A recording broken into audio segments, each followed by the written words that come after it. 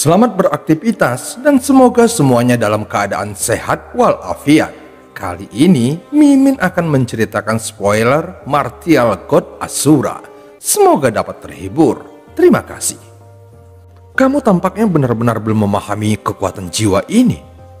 Hati Chu Feng menegang saat mendengar kata-katanya. Dia baru saja mulai menggunakan apa yang disebut dengan kekuatan jiwa, sehingga dia tidak terlalu memahaminya. Tetapi dia juga tahu bahwa itu mungkin benar ketika gadis itu mengatakan hanya 1 dari 10.000 orang yang memiliki kekuatan jiwa. Sangat jelas bahwa gadis ini sangat berbakat dan memiliki wawasan yang luas. Selain itu, perlakuannya terhadap Chu Feng juga berubah 180 derajat yang menunjukkan bahwa kekuatan jiwa ini cukup mengesankan dan tidak dimiliki orang biasa. Tapi tentu saja, kekuatan jiwa adalah berkah surga. Itu dibawa oleh alam dan tidak dapat diperoleh dengan kultivasi. Mereka yang memiliki kekuatan jiwa dapat dikatakan sebagai naga di antara manusia. Tidak hanya bakat kultivasi mereka akan sangat kuat, pengamatan mereka juga tidak tertandingi. Tidak heran kakak perempuanku memandangmu dan meminta aliansi sayapku untuk mengundangmu. Kakak perempuanmu? Oh maaf, aku lupa tentang perkenalan diri. Aku dipanggil Sumei, usiaku 14 tahun, dan kamu tentu mengenal kakak perempuanku. Dia dipanggil Surou. Kamu adalah adik dari tetua Surou? Chu Feng terkejut mendengarnya. Gadis di depannya masih polos dan manis, tetapi Surou itu sangat menawan. Meskipun mereka berdua adalah wanita yang sangat cantik, namun mereka tidak mirip. Tetapi setelah mengamatinya lebih lama, Chu Feng akhirnya menemukan bahwa gadis di depannya memang tampak sedikit mirip dengan Surou. Saat ini, gadis itu masih agak muda, tetapi dalam beberapa tahun dia pasti akan menjadi kecantikan yang menakjubkan. Apa yang mengejutkan Chu Feng adalah bahwa dia tidak berhubungan dengan Surou. Jadi mengapa Surou mencoba menariknya ke aliansi sayap tanpa alasan? Apakah kekuatannya sudah terekspos pada saat hari ujian? Setelah mengingatnya dengan lebih hati-hati, ada kemungkinan seperti itu. Lagi pula, kekuatan Surou sangat dalam dan tak terukur, dan ada beberapa aturan di istana bawah tanah. Dia mungkin bisa menipu para murid, tetapi untuk menipu para tetua, tentu saja dia akan benar-benar mengalami kesulitan. Apakah ini sangat mengejutkanmu? Tapi sebenarnya tidak ada yang mengejutkan. Kakakku melihat bahwa kamu adalah orang yang berbakat, sehingga dia ingin mengembangkan bakatmu. Dari pengamatanku, kamu memang memiliki kualifikasi untuk bergabung dengan aliansi sayap. Sebagai salah satu anggota aliansi sayap, dengan ini aku secara resmi mengundangmu untuk bergabung. Sumei menyipitkan matanya dan memberi Chu Feng senyum yang murni dan tulus. Pada awalnya, Sumei sangat tidak menyukai Chu Feng dan alasannya jelas karena Chu Feng menolak undangan aliansi sayap. Chu Feng adalah orang pertama dalam sejarah yang menolak undangan aliansi sayap. Tetapi mengetahui bahwa Chu Feng memiliki kekuatan jiwa yang sangat langka, dia juga tahu bahwa Surou memandangnya karena kekuatan jiwanya ini. Dari apa yang dia ketahui, di seluruh pelataran luar tidak ada satu orang pun yang memiliki kekuatan jiwa, dan itu seperti legenda. Singkatnya, siapapun yang memiliki kekuatan jiwa akan memiliki pencapaian tak terbatas di masa depan dan ditakdirkan untuk menjadi orang yang sangat kuat. Jadi, jelas dia tidak bisa membiarkan Chu Feng pergi dan akan melakukan segala yang dia bisa untuk menariknya. Melihat senyum manis Sumei, Chu Feng tahu bahwa gadis itu ingin menariknya ke dalam aliansi sayap dengan penampilannya. Mustahil bagi Chu Feng untuk tidak tergerak di depan kecantikan seperti itu. Jadi dia awalnya tersenyum, tetapi kemudian dengan tegas berkata, "Aku menolaknya." "Apa? Dasar kamu bajingan." Mendengar kata-kata Chu Feng, Sumei sangat marah sehingga dia melompat. Kelembutan sebelumnya langsung menghilang dan dia mengatupkan giginya sambil menunjuk Chu Feng lalu berkata dengan marah, "Chu Feng, kamu pikir kamu ini siapa? Berapa banyak orang yang ingin bergabung dengan aliansi sayap, namun ditolak. Hari ini aku secara pribadi mengundangmu, namun kamu masih menolaknya.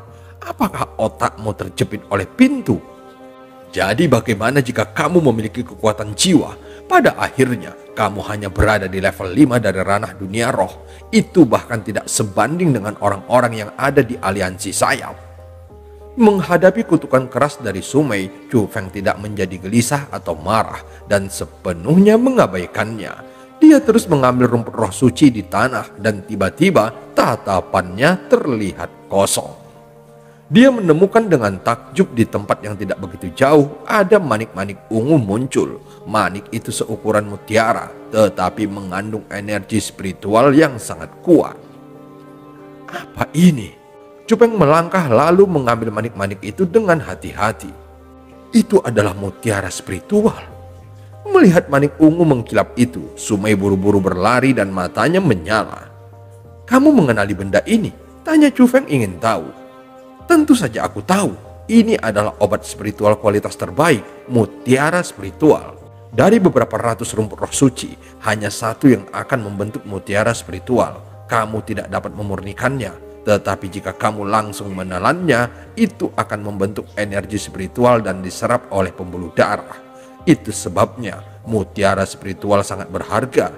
Harga salah satunya setara dengan 100 tael emas. Aku telah berkeliaran di sekitar lingkaran dalam gunung obat spiritual selama beberapa hari ini, dan itu hanya untuk mutiara spiritual ini. Aku tidak pernah berpikir bahwa aku akan mendapatkannya. Aku sangat beruntung," kata Sumei dengan emosional. Jadi benda ini adalah obat spiritual berkualitas tinggi yang tidak memerlukan pemurnian. Itu memang hal yang baik. Chu Feng terkekeh dan tidak memasukkan mutiara ini ke dalam tasnya. Sebaliknya, dia memasukkannya ke dalam sakunya sendiri. "Kamu ingin menyimpannya untuk dirimu sendiri?" Melihat itu, Sumei berteriak marah. "Tentu saja tidak. Sebentar lagi aku akan memberimu beberapa rumput roh suci lagi." "Apa katamu? Rumput roh suci? Perlu kamu ketahui, ini awalnya milikku dan sudah cukup bagus aku bersedia memberimu setengah. Bagaimanapun, rumput roh suci hanyalah obat spiritual berkualitas tinggi. Bagaimana mungkin bisa dibandingkan dengan mutiara spiritual kualitas terbaik? Kamu tidak bisa mengatakan hal seperti itu. Jika itu bukan karena bantuanku, kamu sudah dipotong menjadi 2 oleh rumput roh suci itu." Chu Feng dengan santai menjawabnya. "Kamu..." Sumei dengan gigih menggigit giginya, namun dia tidak berdaya. Meskipun tindakan Chu Feng sangat kejam, dia masih ingin menarik Chu Feng ke aliansi sayap. Jadi dia hanya bisa bertahan. Setelah itu, Chu Feng menghitung sedikit dan kecuali mutiara spiritual di sakunya, dia telah mengumpulkan total 78 rumput roh suci. Itu benar-benar angka yang tidak terbayangkan. Apalagi energi spiritual yang terkandung dalam rumput roh suci ini sangat kaya. Mereka berkualitas sangat tinggi dan mereka jauh lebih baik daripada rumput roh langit yang disempurnakan Chu Feng sebelumnya. Chu Feng hanya mengambil 30 dan meninggalkan 48 untuk Sumei. Dia bisa merasakan bahwa energi spiritual di sakunya setara dengan setidaknya 50 rumput roh suci. Jadi bahkan jika itu dibagi seperti ini, dia masih mendapatkan lebih banyak. Tetapi Chu Feng tidak berharap bahwa Sumei hanya mengambil 40 dan dengan itu Chu Feng memiliki 38. "Sumei, untuk apa kamu mengikutiku? Kamu tidak jatuh cinta kepadaku kan?" Setelah membagi rumput roh suci, Chu Feng memutuskan untuk meninggalkan gunung obat spiritual. 10 hari telah berlalu dan mereka harus meninggalkan lingkaran dalam sebelum langit menjadi gelap. Tetapi Chu Feng tidak berharap bahwa Sumei akan mengikutinya. Sejujurnya, memiliki orang yang begitu cantik berjalan bersama adalah hal yang sangat memuaskan. Tetapi ketika mereka berjalan, banyak mata yang menatap Chu Feng dengan sinis. Dia merasa bahwa Sumei sengaja membawa kebencian kepadanya. "Aku memang jatuh hati kepadamu. Apakah kamu berani menikahiku?" Sumei mengatakan kata-kata itu sambil tertawa. Chu Feng langsung diselimuti kekacauan saat mendengarnya. "Menikah denganmu? Mengapa aku tidak berani?" Namun Cupeng tidak mundur. Dia menghentikan langkahnya, meletakkan tangannya di bawah dagunya, memandang ke atas dan ke bawah, serta dengan serius mengevaluasi keindahan di depannya. Baru kemudian dia menemukan bahwa walaupun Sumai belum dewasa, tetapi perkembangannya cukup bagus. Itu benar-benar memanaskan setiap mata yang memandang lekuk tubuhnya yang indah. Kamu berani menikahiku? Tapi aku tidak, bajingan sialan. Dipandang oleh tatapan tajam Cufeng, Sumai tidak bisa mengimbangi wajah itu. Dia akhirnya menemukan bahwa dia terlalu berpengalaman dalam bertindak tanpa malu dengan Cufeng. Dan hanya dengan beberapa kata dari Cufeng, dia menjadi benar-benar panik. Oh, itu bagus. Jika kamu tidak mau menikah, kamu benar-benar bukan tipeku. Cufeng samar-samar tersenyum seolah-olah beban besar telah dilepaskan dan dia terus berjalan. Kamu bajingan. Suara marah Sumai datang dari belakangnya. Untuk membalas dendam pada Cufeng, Sumai terus menempel di sebelahnya. Saat mereka berjalan, Cufeng akhirnya menarik banyak mata permusuhan. Cufeng benar-benar tidak berdaya melawan tindakan Sumai. Pada topik kekuasaan, dia jauh dari Sumai. Dan bahkan jika dia lebih kuat dari Sumai, tidak perlu menggunakan pertempuran untuk mengusir kecantikan seperti itu. Karena dia tidak berdaya, Cufeng lebih baik menikmatinya. Kadang-kadang dia mengagumi penampilan Sumai. Sesekali dia sedikit memprovokasi Sumai dan itu membuatnya cukup marah. Dia meraih lengan Cufeng dan menggigitnya, lalu memukul punggung Cufeng. Dan di sepanjang jalan, Cufeng merasa cukup tersiksa. Ada sangat sedikit orang yang mengenali Sumai, tetapi dengan kecantikannya, dia bahkan bisa disebut sebagai keindahan nomor 1 di pelataran dalam. Melihat Cufeng menggertak kecantikan seperti Sumai, ada banyak laki-laki muda yang berjalan dan mencoba untuk memperjuangkan keadilan dan menarik perhatian Sumai. Tetapi yang mereka dapatkan adalah kutukan dari Sumai, dan bahkan ada 2 orang yang tulang rusuknya patah oleh Sumai. Ketika mereka melihat lencana aliansi sayap di dada Sumai, mereka semua hanya bisa mengutuk keberuntungan mereka. Keduanya terus berjalan. Dan semua pengamat akan memusatkan perhatian mereka pada Cufeng. Ketika mereka berjalan di lingkaran luar, sejumlah besar orang berkumpul di sana dan mereka menjadi titik fokus perhatian semua orang. Lihat, bukankah itu Cufeng? Tampaknya ada seseorang di belakangnya. Bukankah itu Sumai? 2 orang keluar dari kerumunan dan itu adalah saudara naga dan macan. Kedua orang itu sangat takut pada Sumai sehingga mereka ingin berbalik dan melarikan diri. Bai Long, Bai Hu, bantu aku hentikan bajingan ini. Tapi ketika Sumai memanggil keduanya, mereka tahu bahwa mereka tidak bisa melarikan diri. Saudaraku, apa yang harus kita lakukan? Karena seperti ini, kita hanya bisa menindaklanjuti dan memberi Cupeng sedikit penderitaan. Atau kalau tidak, Sumai tidak akan memaafkan kita. Keduanya menatap satu sama lain dan mengingat perintah Sumai dari beberapa hari yang lalu. Mereka tidak bisa membantu, tetapi mengatupkan gigi mereka dan melompat ke arah Cufeng. Cufeng sudah memperhatikan gerak-gerik keduanya dan melihat ketika mereka melompat ke arahnya dengan wajah tidak baik, dia tahu bahwa mereka akan menyerangnya. Saat kedua saudara itu tiba di depan Cufeng, mereka langsung mengarahkan satu kepalan tangan dan satu tendangan mengarah ke perut dan kaki Cufeng. Keduanya berada di level 6 ranah dunia roh, dan meskipun mereka tidak menggunakan keterampilan bela diri, kekuatan dan kecepatan mereka adalah kelas atas. Jika beberapa hari yang lalu, Cufeng tidak akan memiliki cara untuk mengambil serangan mereka, tetapi sekarang itu bukanlah hal yang sulit baginya.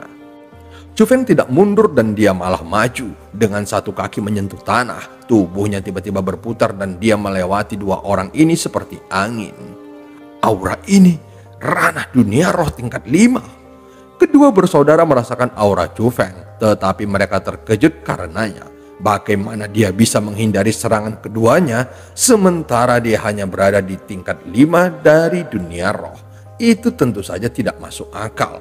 Saat itu juga, kedua bersaudara itu merasa bahwa mereka tidak punya wajah lagi. Meskipun Chu Feng adalah orang yang berbakat, keduanya juga bukanlah orang biasa. Bagaimana mereka bisa membiarkan orang kecil yang hanya berada di tingkat kelima dunia roh bermain-main dengan mereka yang telah berada di tingkat keenam dunia roh? Berpikir sampai titik itu, hati mereka berdua menjadi lebih dingin. Mereka mengubah gaya mereka dan beberapa telapak tangan menonjol pada saat yang sama. Tak terhitung telapak tangan angin yang terlihat dengan mata telanjang mulai terbang menuju Chu Feng. Telapak tangan angin itu padat dan hampir tidak ada cara untuk menghindarinya. Melihat bahwa mereka berdua benar-benar menggunakan keterampilan peringkat 3, Chu Feng mulai mengerutkan keningnya. Dia sudah tidak bisa mengelak terhadap keterampilan itu, jadi dia harus menggunakan keterampilannya sendiri untuk melawan. Tetapi ada terlalu banyak pengamat, jadi jika Chu Feng benar-benar menggunakan keahliannya, maka kekuatan sejatinya juga akan terungkap. Setelah beberapa pemikiran, Chu Feng mengatupkan giginya dan menuangkan energi spiritual di dalam tubuhnya ke kulitnya. Dia bergeser ke arah telapak angin tertipis dan dia ingin mengambil serangan secara paksa. Setelah beberapa suara berat, Chu Feng tertabrak oleh 3 telapak tangan terus-menerus. Meskipun gelombang rasa sakit datang dari punggungnya, namun dia tidak menderita cedera internal. Tetapi untuk memanipulasi mereka, dia melemparkan dirinya ke depan. Dan pada saat yang sama, dia dengan sengaja menggigit bibirnya hingga mengeluarkan darah. Itu membuat takut dua bersaudara. Mereka tidak menduga bahwa Chu Feng akan jatuh ke tanah dan bahkan memuntahkan darah. Mereka sebenarnya hanya ingin mendapatkan kembali wajah mereka. Tentu saja, mereka juga tidak ingin membuat marah orang yang ada di belakang Chu Feng. Melihat Sumei datang, mereka berdua langsung mengulurkan tangan ke arah Chu Feng dan hanya bisa memasang wajah kejahatan, lalu berkata sambil menunjuknya, "Chu Feng, ini adalah harga karena menyinggung Sumei." Sumei? Saudari tetua Suro, Sumei. Mendengar nama Sumei, membuat banyak orang yang mengamati konfrontasi singkat ini langsung terkejut. Nama Sumei tidak asing bagi mereka karena itu adalah orang yang sangat berbakat dan semua orang tahu itu. Dikatakan bahwa Sumei adalah kecantikan yang luar biasa dan hanya memasuki perguruan Echuri Dragon tahun ini. Jadi itu sebabnya sangat sedikit orang yang mengenalinya. Tetapi karena Sumei sangat berbakat dan telah berada di level ke-7 pada usia 14 tahun, dia langsung diterima sebagai murid pelataran dalam sebagai pengecualian. Pada hari yang sama saat dia memasuki pelataran dalam, dia juga masuk ke aliansi sayap. Setelah membandingkan penampilan Sumei dan lencana aliansi sayap di dadanya, semua orang lebih yakin tentang identitasnya. Pada saat ini, kerumunan itu meledak karena nama Sumei benar-benar terlalu terkenal. Siapa bocah itu? Aku yakin dia akan mati jika dia menyinggung Sumei. Aku mendengar saudara naga dan macan berkata bahwa dia adalah Chu Feng. Melihat wajahnya, dia seharusnya si idiot itu. Dia benar-benar tidak tahu seberapa tinggi langit atau seberapa dalam tanah. Saat ini, hampir semua orang berpikir bahwa Chu Feng akan mati. Karena keberadaan surau, posisi Sumei di pelataran dalam tidaklah rendah. Juga dengan penampilannya yang cantik, dia sudah menjadi pilihan bagi semua jenis orang jenius di lingkungan istana. Siapapun yang berani menyinggung perasaannya, maka itu sama saja sedang mencari kematian. Sumei tiba di depan Chu Feng, dan ketika dia menatapnya perlahan dan melihat ada genangan darah, wajahnya langsung berubah marah. Dia tiba-tiba berputar, lalu menampar saudara naga dan macan, kemudian berteriak dengan keras. Siapa yang menyuruhmu memukulnya? Apakah kalian ingin mati? Dan cerita pun berakhir. Sampai ketemu di part selanjutnya.